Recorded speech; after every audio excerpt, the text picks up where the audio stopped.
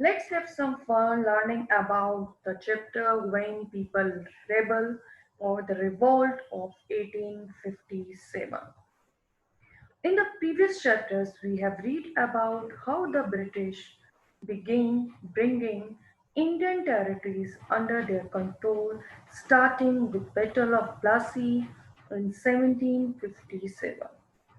A century after the British won the Battle of Plassey in 1757, a momentous event occurred in India.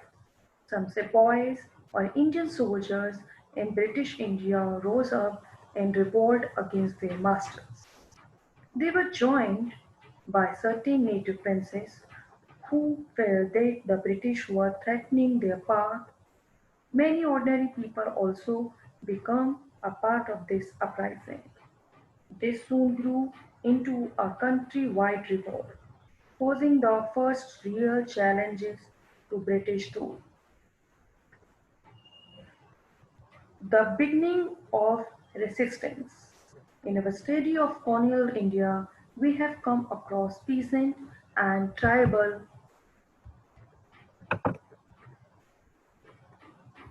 uprising that occurred in the 19th century. What you will learn in this chapter, you will learn the British believed that Indian society had to be reformed, so laws were passed to stop the practice of sati and to encourage the remarriage of widow. English language education was also actively promoted. The Indian sepoy in the company were unhappy about their pay, allowances, and condition of service.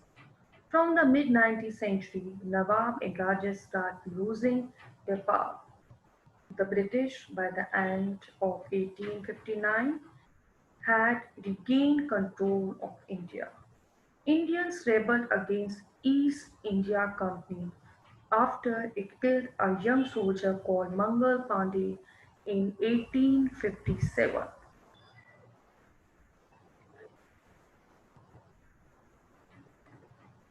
These were an outburst of anger directed against colonial economic policy and exploitation of peasants and tribal by jamidar and moneylenders.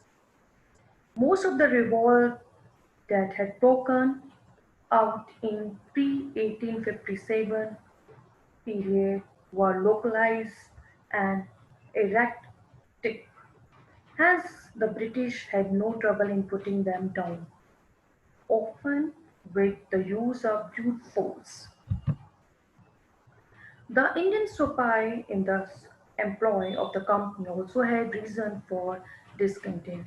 They were unhappy about their pay allowance and condition of service. As I have already told you, we were all soldiers. They were talk their discussion about their service conditions. One said we were all soldiers in the British Army, but we have to work harder than the white soldier. Other one said, my Brahmin family is not at all happy about me working with a soldier from lower caste. Some of the new rules moreover violated religious feeling and social beliefs of the Indian soldiers. The outbreak of the revolt can't be tied to any one cause. It was a culmination of various factors that had built up over the year and had a lasting impact on Indian history. The revolt is one of the many ways in which ordinary people express their happiness with the authorities. It is not every day that revolt occurs. When people feel that the existing situation has become unbearable, only then do revolts take place. Good leaders are required to organize mass revolts. As you can see in this picture, in 1824, the Sipai were told to go to Burma by the sea route to fight for the company. One said, "We have refused to follow the order and have requested instead to be sent by the land route. We were soldiers in the British Army, but we were Indians first. Many people in our community believes that if you cross the sea, you will lose your religion and caste.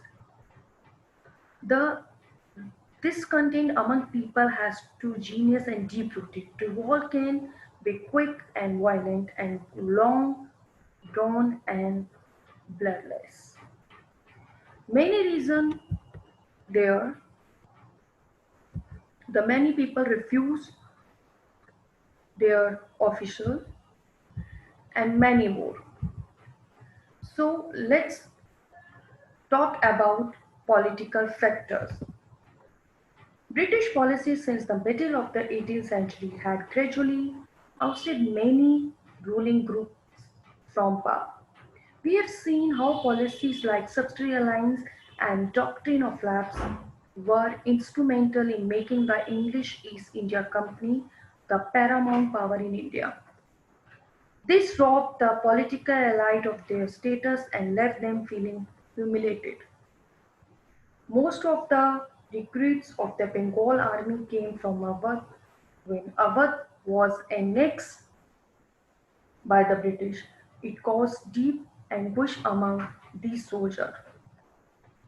Nana Sahib, the adopted son of Maratha Peshwa Bajirao II, was denied his pension and forced to move to Kanpur from Pune. The family seat, the British declared the ruler of Ramgarh unfit to rule and refused to recognize the queen, Rani Avanti Bai Lodi. This event caused deep resentment among the ruler and the people of this kingdom. British attitude towards the Mughal Emperor Bahadur Shah Zafar added fuel to the fire.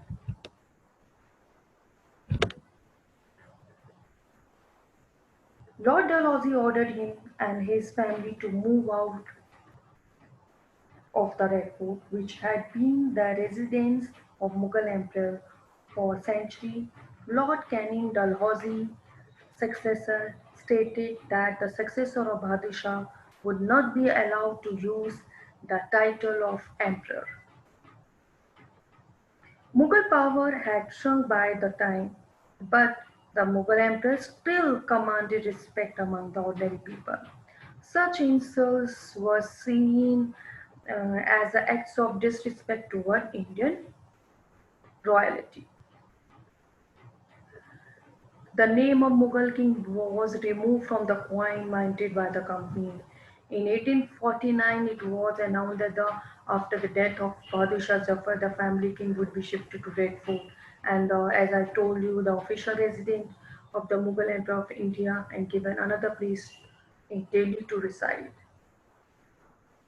In 1856, the Governor General Canning decided Bahadur Shah Zafar would be last Mughal king, and after his death, his descendants would be called prince, not king.